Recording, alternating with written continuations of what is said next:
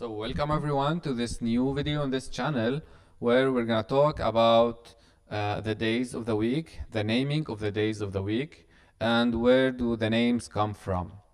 So let's start.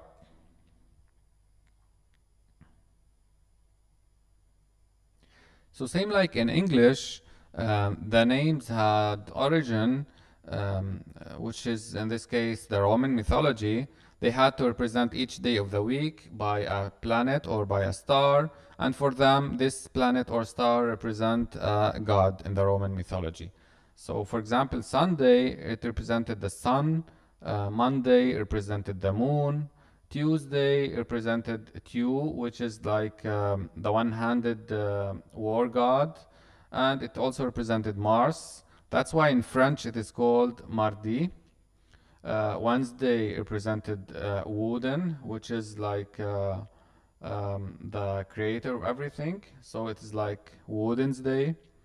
And Thursday represents Thor, which is like the god of lightning. Friday represents the god of love. And Saturday represented Saturn, which is like the god of agriculture. But in Arabic, we can't have these namings, especially after Islam, because the Arabic language is affected by the Islamic culture. And Muslims, they don't worship many gods, they only worship only one God. That's why the namings or the day of the week, they cannot be named in this way. So, how did they name their the days of the week? It's actually a lot simpler than that. So Al-Ahad is similar to Wahid, which is number one, right? So Al-Ithnain, similar to Ithnan, which is the second day of the week.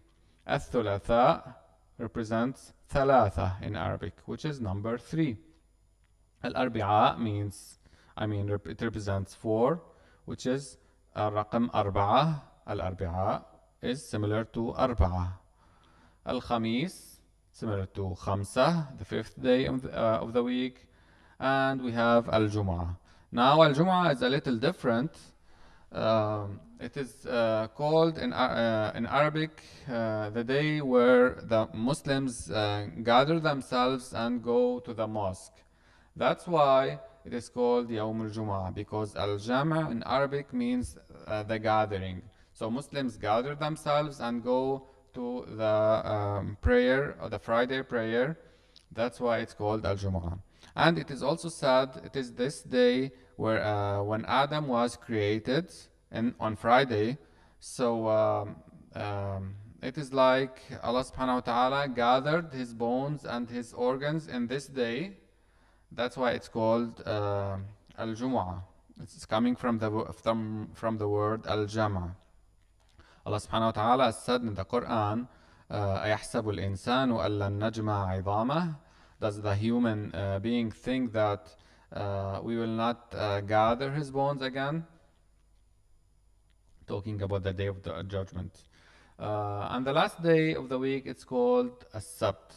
As-Sabt is the day where it's like the end of the week, which is, that's why it's called As-Sabt, because Subat in Arabic means sleeping. So Subatun Amiq is deep sleep. That's why it is called, it's like logical to be the last day in the week. It's like the rest day. And some might say also that this comes from the Hebrew language, because in Hebrew they have the Saturday, they name it Shabbat also. So it is similar to As-Sabt.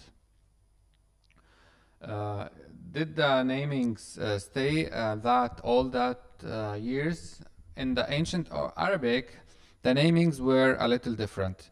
They didn't name a special day in the week. Rather, they had to name, they had to track the moon to know their position in the month. And they know this is, for example, the fifth day in the month or something like that. Days were divided into groups, and each group they had 3 days in this group. For example, the first 3 days in this month, the last 3 days, the second 3 days, etc. So they had these namings. For example, we have the name ثلاث غرر. So غرة in Arabic means the beginning of everything. It's called غرة. So ثلاث غرر, it means the first 3 days in the lunar month. We have also ثلاث تسع, which is like the 3 days that ends up to be the last day in this group will be the ninth day. That's why it's called ثلاث تسع. And we have, for example, ثلاث بيض. Okay, بيض means white. So they are called the white days or the bright days. Why they are called like that? Because in these 3 days, the moon is complete. It's like full moon. So the nights will be like bright in these days. That's why they are called ثلاث بيض. And the last day of the month, the last 3 days in this month, they are called ثلاث محاق, where the moon disappears.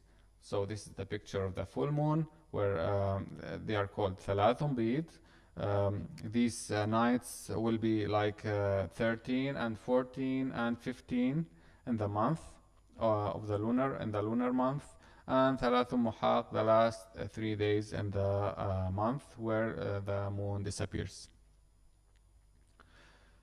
This is everything about the days of the week, but there are some special namings of special days in Arabic. For example, we have يوم العيد. يوم العيد represents the day, the holiday.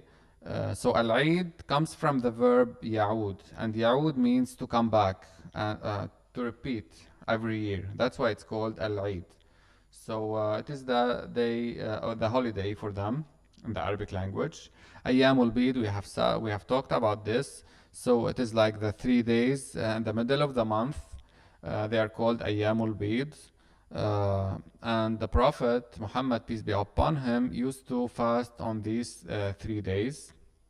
We have, for example, also Ayyamut Tashriq, and this comes from Ash-Shuruq. Ash-Shuruq means the sunrise. So this is the day where Muslims slaughter their sheep and camels in this day in Hajj and pilgrimage, and they slaughter their sheep and cows and camels, and they give them to the poor in this day. And we finally have, for example, Yawm al-Qiyamah, which is, of course, the Day of Judgment, and other names or namings which represent important and special days in the Arabic language. So that was everything about the naming of the days. I hope you find the video useful. Thank you very much for watching.